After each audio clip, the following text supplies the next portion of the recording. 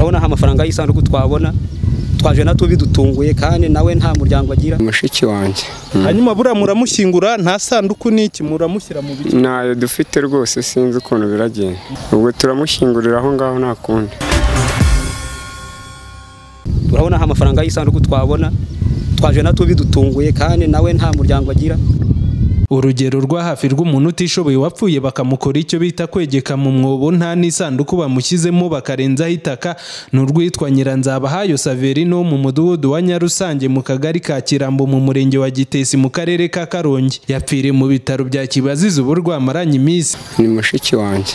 Hanyuma bura muramushyingura nta sanduku n'iki muramushyira mu biki? Nayo dufite rwose sinzi ukuntu biragenda, ubwo turamushyingurira aho ngaho nta kundi. Nk'ubu niba twavuye mu murenge wa Gitesi mu kagari ka Kirambo, akagari kabizi ko umuntu yashaje n'umurenge ndetse bamwe mu bakozi bakabimenya, ariko bakavuga ngo nimugende mushyingura umuntu gusa, ibyo ndumva bidahagije. Ariko habaye hari nk'ingoboka y'ako kanya umuntu bakamushakira iyo sanduku byarushaho koroha. Isaa 9 zishyira saa 10 z'amanywa kuri wa 27 Gicurasi, TV na Radio 1 bihuye n'abaturage bo mu murenge wa Gitesi bahetse umurambo ye mu ngobyi, babuze ngaho kugura isanduku n'ubushobozi bwo gushaka imodoka igeze umurambo mu murenge wa Gitesi ngabariho bamushyingura, yewe babuze n'ibihumbi 15 byo kugura imva hafi aha ngo bamushyinguremo, kuko babona guheka umurambo mu ngobyi bawugeza mu murenge wa Gitesi ushobora kwangirika.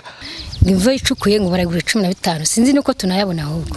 Aba baje gura n'umuntu ucungira imbere iri Nyarusazi hafi n'umujyi wa Karongi mu murenge wa Bwishyura, abemera kubaho bashyingura bakishyura ibihumbi 5 bakahicukurira. Niko gufata umwanzuro umurambo bajya kuwushyingura batawushyize mu isanduku, yewe n'abana 2 nyakwigendera asize ntibabashe kwagera ngo basezere ku mubyeyi wabo. Ko ni ikibazo arababara biramubabaza, ariko nta kundi twabikora.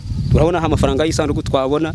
Aba baturage bababaye ngariko icyabababaje kurushaho nuko nyakwigendera yaramaze imyaka 3 yizigamira muri Ejo Heza, bakabegera umurenge wa Gitesi ngo bafashe kubona amafaranga yo kumushyingura ukabirukana.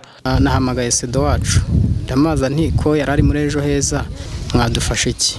Aza kumamagara arambwira ati genda usange ko ntabure y'umurenge abari we ubaza amakuru. Ko ntabure yambaje ate se umuntu mwamushyinguye? Ndavuga nti hoya. Arambwira ngo ubundi se mupfana iki? Ndavuga nti ntacyo. Ti none se uwagutumye ninde? Ndavuga nti wari umurwaje. We bapfana iki se? Ndavuga nti ntacyo. Kuko ngo genda mva imbere.